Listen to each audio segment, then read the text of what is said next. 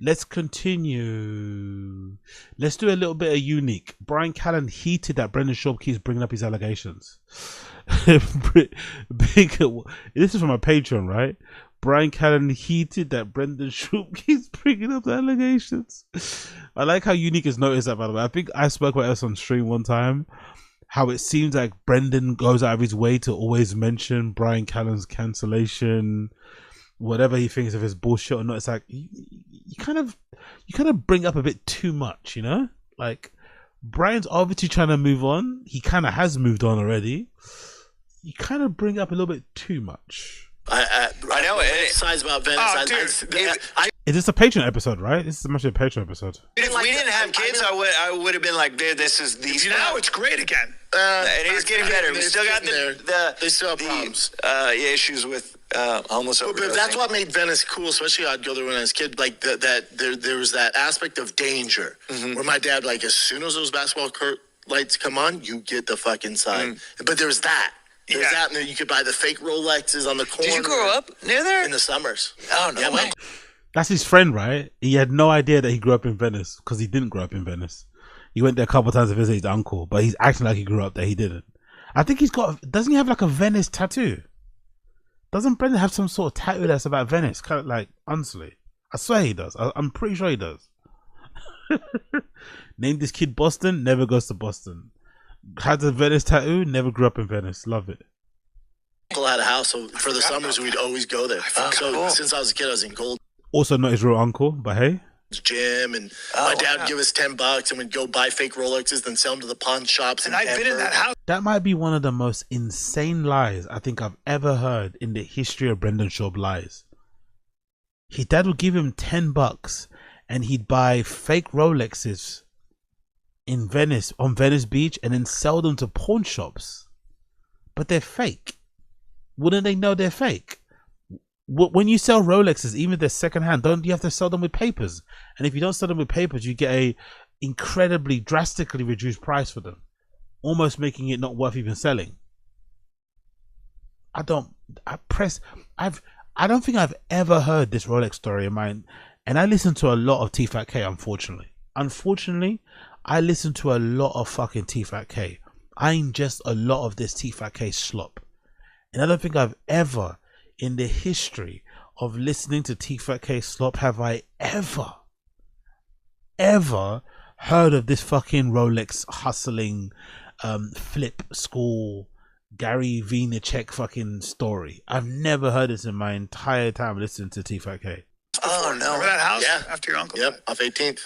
Yeah, it is the most creative melting pot of individuals, even more so than Silicon Valley. Silicon Valley is actually much more of a herd mentality of like, this is growing, let me build stuff in that direction, versus Venice in LA has such crazy dynamic creativity. So cool. Austin has a phenomenal creativity as well. Growing up in Texas, I always wanted to live in Austin because of that creativity. The difference I find here in Austin is, again, maybe I just had the wrong pockets in LA. It's the way why is he pronounced Austin that way? Alston? Is that it's pronounced? Alston? Or is it Austin? Is it Austin, Texas, or Alston? He says Alston. AWL almost. Interesting way to pronounce it. One more time. As well. Growing up in Texas, I always wanted to live in Austin because of that creativity. The difference I find here in Austin is... Oh, Alston. Not Austin. Is, again, maybe I just had the wrong pockets in LA. In Austin, they genuinely want to help you. Like, when you talk to someone, they're like, man, I think I can help you with this. You're like, okay. They legit follow through. It's not a transaction, right? They want nothing in return. Did you all ever feel like in LA, and then we...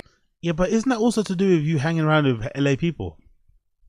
All these things he's shocked about is because he's never had regular friends. He's never had non-entertainment industry adjacent friends. Simple as that, really. It says more about him than it does about Austin. Oh my God, they really want to help you. Like, yeah, that's what friends are for. That's what, you know, peers, people you actually respect, whatever. That's what they're for. That's how people are meant to be. This is like a big discovery. Oh my God, they want to help you. It's like, You've never had friends, bro.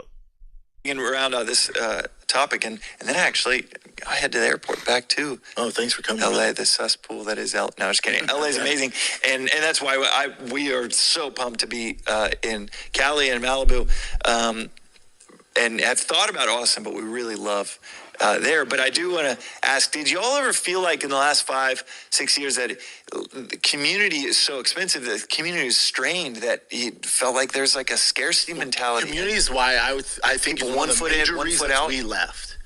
Because me and Bryan had the best community. It was like the golden age at the Comedy Store. I'm not gonna lie, not that, it's obviously a Brendan thing, but the whole like speaking for me thing, it's like a little pet peeve of mine. Like, nah, don't speak. If you do that speaking for me thing, even if I agree with you, I'm just gonna go against what you say. I'm just gonna do a contrarian thing. Oh yeah, one of the main reasons, like, I'm not married to you. We're not like a married couple. You don't have to speak for me as a family unit and shit. Like, I have my reasons for moving here. Like, Jeremy, like, what? Yeah, because like how we were. The fuck? I can speak for myself. The comics, the podcasters, we're kind of the hub of it. And then when COVID hit and Bryan went through his issues, the community disappeared so fast. Bryan went through his issues.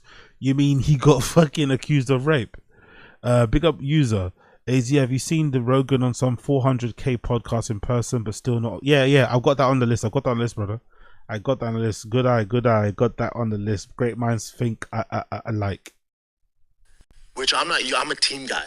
If you ask me my favorite thing about fighting the UFC or playing football, it was the team. I love practice. I really want someone to push back against this topic and against this talking point in an interview with him, and say to him, like, did you really expect your comedian pals who have their own careers going on to stop and defend your friend from a rape allegation and sexual assault, sexual harassment? Did you really expect that? I want him to look someone dead in the eye and say, yeah. Did you really expect these grown-ass men with their own families, their own bills, their own careers to stop and defend your guy when you didn't even defend him? That's the thing that's funny about that. Brendan didn't even like ride for fucking Bryan at that time. He didn't even like fight to keep him on the show. As soon as the sponsors said, don't have him on TFATK or we're gonna pull the ads, Bryan was no longer on TFATK. Suddenly Chappelle Lacey's my best friend. You know? Suddenly Malik B is my best friend. Suddenly fucking, what's his name? Josh Wolf, as he used to call him, is my best friend. He didn't even defend Bryan Callen. They tried to do that fucking Rinks and the King or whatever show on Patreon. The sponsor shut it down and said, if you appear on camera with this guy, we're pulling the ads. As soon as the advertisers said what they said, they jumped. Brendan said, how high? So you're expecting all those other comedians who are already self-centered, they're already selfish, they only look after themselves. They weren't really Brendan's friend anyway. They tolerated him because he was best friends with fucking Rogan at that time, or in his inner circle. He really expected those guys to put their own careers in jeopardy during the, and again, this is Bryan Callen getting cancelled, not now. Maybe it's different now. Maybe they could get away with it now.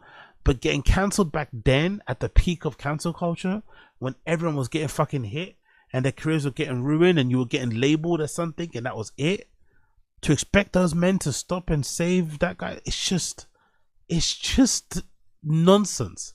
And I wish someone would push back and ask him, like, really, do you really think do you actually believe that's what it means to be in part of a community and team sport, that people should come around and defend you when you get accused of such a heinous crime like that? And again, Bryan never really disputed it. Bryan never offered an alternative explanation, to be honest, as well. He denied it, but he never offered an explanation for it. He never defended himself in public aloud and said, no, this woman is lying because X, Y, and Z. I wasn't even in the country. All this, he didn't say nothing. He just said, I didn't do it. Okay, but what is it? Trust me, bro defense? Is it a trust me, bro defense we're going for right now? I loved having a team. I loved having a brotherhood. And I found that that's what drew me to comedy. I'm not a natural born stand-up. I did it because I wanted to be like them and fit in the community. And so when the community... I wasn't a natural born stand-up. Oh, you think? You think you wasn't a natural born stand-up? I don't know what even that means, but he definitely isn't. Literally, like roaches when you turn the light on, like abandoned Bryan and Gutted? I think that I was like, why am I here then? Because that was the reason I'm here. It's not really safe. So you wanted protection. You wanted to be in the in-group, and then as soon as the in-group abandoned you because, again, Bryan Callen got accused of raping somebody, right? He got accused of the sexual harassment stuff in the article, which I've always said is way, you could probably excuse the raping, as weird as that sounds, because that was an ex-girlfriend, she might have been scorned, whatever, they could have had a kink, I don't know.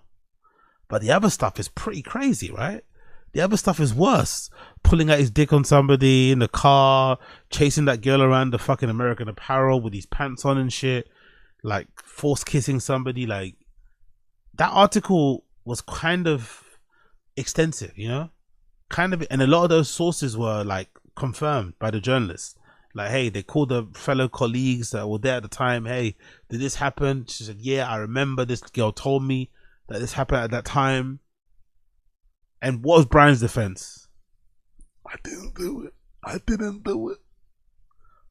For my kids, financially, it doesn't make a ton of sense either. I can do what I do anywhere in the world. If Bryan's down and Chin's down, I'm fucking out of here. So I don't know. I think that pushes more than we know. When I was like, all right, so the tribe's gone, I'm out. Dude, and then most of the country... But what happened to like loving stand-up though? What happened to wanting to be on SNL? That's your North Star. What happened to like Jim Carrey as my hero? I've never really been a football guy. You tried to tell people that dream, right? Or that narrative that his dad pushed him into football. He didn't really want to be a football guy. He wanted to be a fucking joker and a class clown and all this stuff. Have a special on Netflix, you know, go on store. It's like all these lies. And then as soon as the cool kids stop hanging out with you, as soon as the cool kids go cold on you, because one half of the duo has been accused of a pretty serious allegation that could damage everybody's career across the board who wasn't even involved in it, he gets fucking upset. He abandons the whole thing, comedy. I'm out now. No friends around. The world doesn't... because of the fires, we experienced something very similar, where one day we just woke up, or 3 weeks removed from everybody being right nearby. Your kids' and our kids' school burned in the fire, and 97%. Oh, really? Big up Koila. Callen has way more stuff, I guess you mean, right, than can be found in books, but it was overlooked. Exactly. He humped on a passed out chicken in an orgy. Exactly. Yeah, I'm sure. If you really went to do your Googles and went back, you'd probably find some very, very, very incriminating stories and accounts from Bryan. Because that Bryan guy, he's a freak ball, as my guy Gangland Neem would say. As Gangland Neem will say, he's a freak ball. Percent of our community lived in the Palisades because our kids' school was there. 3 weeks later, our best friends were in Utah, Florida, San Diego, Montecito, Manhattan Beach, everywhere. And I don't think people realize how weird, like that, growing up in Dallas, that would never happen where like my 8 best friends just boom are in 8 different cities. Never. That was, I can't imagine how disorienting it was for y'all, because your livelihood is also tight. Like that's your crew. That's where you'd go on each other's podcasts. That's got to be really fucking disorienting. Yeah, man. It was tough. Callen, hello darkness, my old friend. Bryan is just like, oof. Brendan's one that brought this up, by the way. I love how Brendan internalizes Bryan's Callen. It's almost as if Brendan kind of wishes he's the one that got cancelled. You know? Don't you get that feeling? That Brendan himself wishes he got cancelled. Because he does weirdly internalize Bryan's cancellation and tries to make it all about himself. It's like, it didn't happen to you, bro. You didn't help things along, right? He didn't help things by falling out with people, picking fights, being a fucking bully, a douchebag, a bit of an idiot, right? He didn't help things. But what happened to Callen happened to Callen, specifically to him. But he does kind of like, oh yeah, it's my, like he takes it on as his own thing. It's like, this didn't happen to you at all. You know what I mean? At all. Like, maybe some would argue Brenda's probably more deserving of it, you know, in terms of like, you know, karmic retribution than Callen is, but still, it happened. But yeah, what an odd guy. One odd friend, you know, that's it. One odd friend. I told Bryan when we got here, I mean, I looked at you and I said, all we have is each other, Bubba. That's it, Bubba. Oh, that's a bit manipulative. That's a little bit manipulative, no? The only person that you can trust is me. I'm all you have. Remember that. I'm all you have. You have to stick with me. Don't get me wrong, he's not wrong. Don't get me wrong, he's not fucking wrong. If Callen does venture out on his own, tries to do his own podcast and stuff, he'd be back on TFATK within a month, you know? He won't be able to survive. He's not got a consistency. He's not got the hard work, the work ethic. He's got none of that, you know? He would fall flat on his face. So Brendan's not wrong, right, for saying that. But it's a bit brutal the way he said it, you know? It's a bit brutal. All you have is me. Me. God almighty, bro. Oh yeah, but exactly. Your friends moved because you're who cares? Exactly, you're a grown man. You have a gun? Big up, my papa now. Yeah, exactly. Big up, papa. Exactly. Yeah, you're my papa now. Big up, Yeah, it's kind of funny though, isn't it? Like the lack of, maturity. Like, what did you expect? You expect to be around your? It's like, I don't know. Just again, no real friends. Actually, guess maybe that's a problem. Maybe just no exposure to going outside of the little comedy bubble. But it really shook him up that all these friends left. It's like, yeah, but they're grown ups with families as well. They went to seek new pastures new. And again, this isn't. The funny thing about this whole thing as well. If Brendan would have just like had a bit of humble pie, he probably would have been an Incredible in Austin too. It never sounded like Rogan ever banned him from the Comedy Store or the mothership. He just said, if you want to perform here, you have to start from the ground up like everybody else. And I'm sure if Brendan would have gone for that, he probably would be performing on stages now at the mothership. He probably would have a fucking headlining weekend. But he couldn't. His ego couldn't take performing in front of a non-sold out crowd, a non-TFATK crowd. So he just called comedy quits right there and then. This supposed dream that he had. Bubba, it's just it is what it is. And then we kissed. And then I fucked out. But finally. No, but again, I should say I don't think any of those people are bad people. I don't. They're generally good people. I still talk to a lot of them. I just think that's human nature, and that's the comedy world. They didn't I come from a team where it's like when you're a team. How do you say in the same breath that you think your friends abandon you and then also think they're not bad people? How can people that abandon you not be bad people in your eyes? This is just the way his podcast language he speaks, isn't it? Great guy, base of a guy, dude, good guy, good dude. Doesn't actually mean anything. So they abandon you. They left, according to Brendan, right? He feels like he got abandoned by these guys. They left them at their lowest point. There was no community, no brotherhood. He felt alone, but I don't think they're bad guys. How does that work? I'm in your foxhole, man. For good or bad, rain, sunshine, fucking call me. You know what I always say though? Corporate America, Washington D.C., Silicon Valley, it's all the same. It's like. I think entertainment in general is the same. Yeah, well, no, I mean, sports is not. Oh yeah. You've been talking for like 5 minutes straight, Papa. Let him have a word. You also have used his trauma as a way to kind of like, I don't know, virtue signal or to flex. Let him at least have a word, Fucking now, this guy. Communities are funny because it's like they always say in Washington, if you want a friend, buy a dog. Yep. Because nobody's your friend. It's the same thing in corporate America, man. It's the same thing and I'm sure it's Silicon Valley, right? Like if you add value, but once your company doesn't do well or goes down, like people are like, right? I can't make money off you. Yeah, there's a great breakdown I've heard of people being miners or farmers. Miners are, I'm going to go to that place and I'm going to extract whatever I can from, the quarry, the people. Yep. That's Brendan and Bryan, by the way. That's Brendan and Bryan. The resources from that place and it's mine and move on. Yep. And then you have farmers that are like, hey, I need this to produce results 20 years from now for my kids. Yep.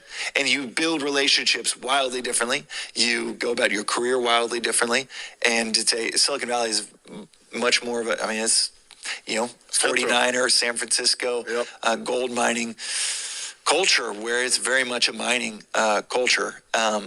But there are amazing people that are there to build. Y Combinator, phenomenal example of they zig.